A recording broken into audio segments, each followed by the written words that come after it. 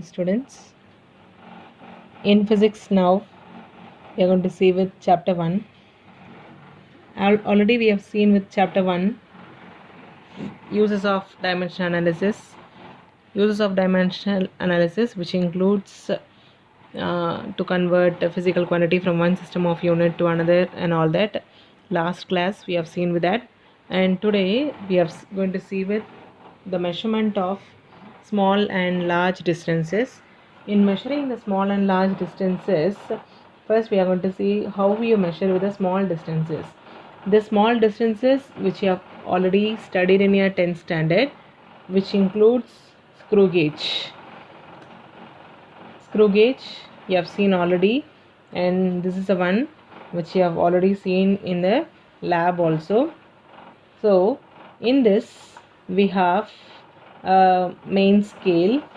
So this is the main scale, and here we have the head scale which is said to be the small scale, and this is a place where you are going to place the object, and here you are going to move. So when you are moving this, what happens is this place moves, and so you'll get changes in your main scale and also in your micrometer scale, which is over here. Yes, so this already you know, and this is the one which you have already seen in your lab also, is it not? So next let us see with how you measurement of small distance using screw gauge.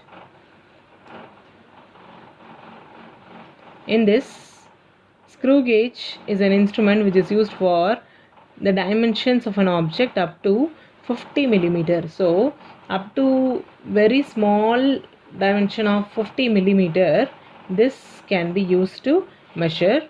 And next is the principle. The principle of this instrument is the magnification of linear motion using the circular motion of the screw gauge. So just note down with this, we have the two terms which is linear as well as the circular motion. So how we are saying with linear as well as circular motion, I'll say you, but just here let us note down with only this point, which is the magnification of linear motion. So magnification is making it to enlarge. So what you are enlarging is linear motion using what? Circular motion of the screw. So what you are doing here is you are going to move the object first in the circular motion. So circular motion, you are going to move the screw.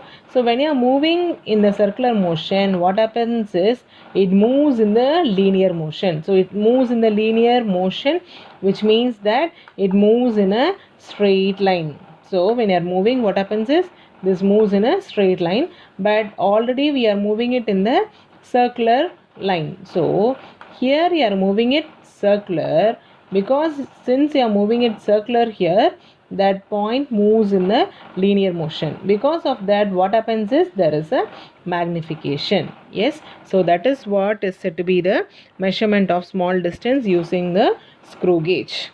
Yes, clear with this? So the main point you have to note in this is it measures up to 50 millimeter, and the principle is magnification of linear motion using the circular motion of the screw. Okay, so next is how to use a screw gauge. Is we have already used with this screw gauge, and as I have told you in the principle, here we are going to have the circular motion. So here is a place where you will have the circular motion, and here is a place where you have the linear motion, because this moves circular. So like this it will be moving, and here it moves in the linear. Linear is straight line, it moves. Okay, so next is we are going to see some of the uses of this screw gauge. So uses of screw gauge we have here, which includes least count of the screw gauge. The least count of the screw gauge is 0.01 millimeter. And we have seen already that the screw gauge can measure up to 50 millimeter and its least count is 0.01. It is mainly used to measure the diameter of objects such as wire, screw, etc. So the small objects diameter can be measured using this screw gauge. Yes.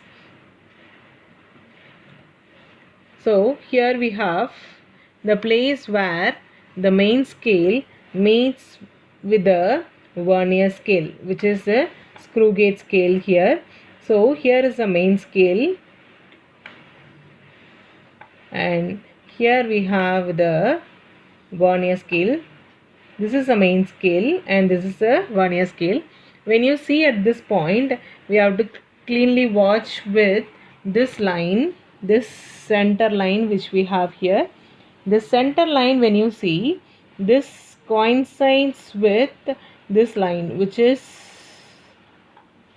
between 40 and 35. So when you measure here, this is 35, this is 36, 37 and it is 38. So we can say that this has the value of 38. So the value of this is 38, but we don't know whether to write before the plus or minus. So for that, what shall we do is, here when you see, this will be 0 before here, okay, and this is all after zeros. So you can say that this has a positive value, so it is plus 38. Okay, are you able to understand this?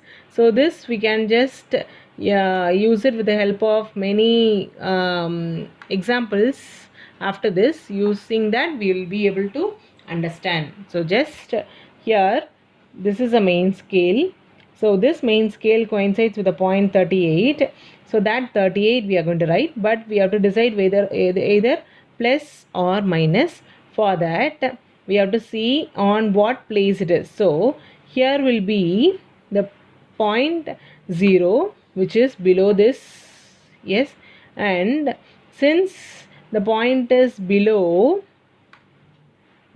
here, because here is 20, then after this we have, here is 30, after this we have 20, next we'll be having 10 and next we'll be having with 0. So since it is above the 0, we are taking the value to be positive. Okay, clear with this? Yes. So this we are going to see with some examples also, from which you can clearly understand this. Yes. So next is, yes, so in this same way, if you see here, here is a main scale and here is a vernier scale. So here we have the main scale and here we have the vernier. Same way, this point coincides with the number 25. So we can say that this value is nearly 25. Okay. So before this we had with the number 38 because it was nearing to 38, and here we have the 25. Yes. This diagram will clearly explain you about the screw gauge, how it is being used. Here we have with three places where the 0 is coinciding. Yes, here we are having with the 3 places. First place, when you see, we can just see that the 0 coincides with the 0 of the head scale. So 0 of the main scale coincides with the 0 of the head scale. So in this condition, you can say that there is no 0 error. So it doesn't have any 0 error. Yes. Then the next condition is when the 0 of the head scale, which is below the main scale. So this is a main scale and this is a head scale. When this head scale lies below the main scale, then that is called as positive zero error. Clear?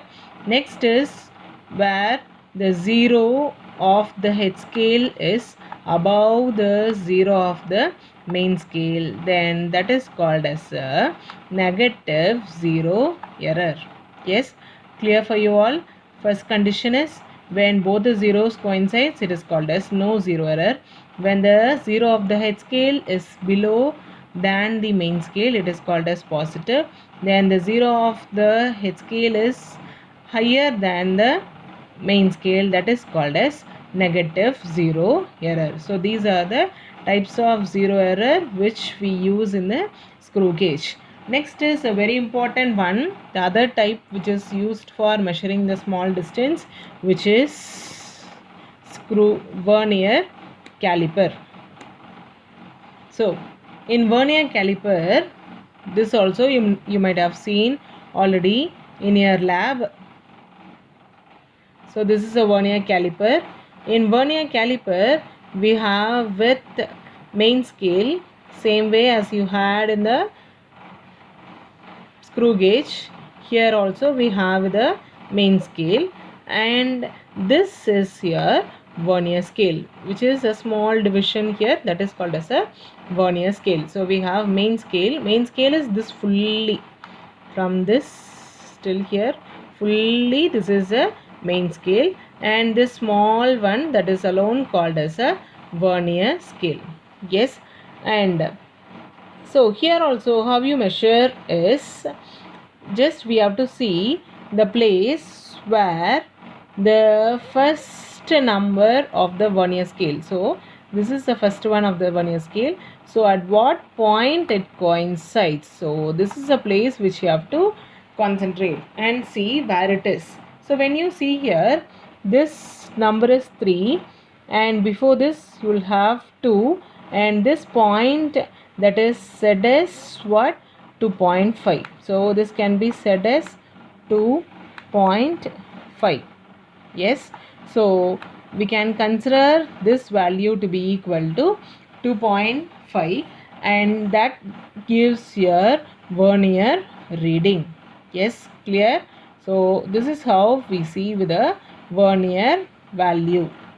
Okay, so next is how you measure the zero error, positive and the negative error for the screw gauge. Same way here also you will be measuring with the zero error, no error, and also positive error for the vernier also. So in zero error, positive and negative error, so how it is being differentiated from screw gauge and this is same way. First 0 coincides, that is called as zero error. Next is the top 0 which is little back side, and the bottom 0 which is front, so that is called as positive error. And next is the bottom 0, it will be in the front, and the top 0 which will be little back side, so that is called as negative error. So these are the three types of errors. These errors which you would have also seen in the screw gauge, same one, but here the position of the zeros are different. Here when you see in this diagram, we have clearly it is given where this two coincide. So I told you already where the first number or the first division where it coincides, that gives your value, is it not? So that is one thing. Next is we have to find what is the vernier value. So how to find the vernier value is when you see in this is the first line, and this is the second line, and this is the third one, and this is fourth one, and this is fifth one, like that. Yes, and when you count here, so sorry, this is not the first one. From this, consider to be the first one. Okay, so this is the first one is considered here. Okay, so 1 2 3 4 5 6 7 8 9. When you see the line, ninth line, you can just say that the top and the bottom line is same. But when you see here, let us suppose consider for the sixth line, does it coincide? No. But here this is considered to be the same line. So we can say that the value of the vernier coincidence. So the value of the vernier coincidence, which is denoted as VC, and that can be denoted to be equal to 8. So why are writing as 9? Why are writing as 9 is the ninth division it coincides. So we can say that the vernier coincidence is 9. Yes, clear with this? Okay, so this is the main thing which you have to know for this one. Okay, and next is negative error. So same way as I have told you already. So this is counted 1 2 3 4 5 6 7. So these are all the places where it is different, and where it is same, that place is considered to be the coincidence, and that gives your value of coincidence. Okay, so this is about the measuring of small distance.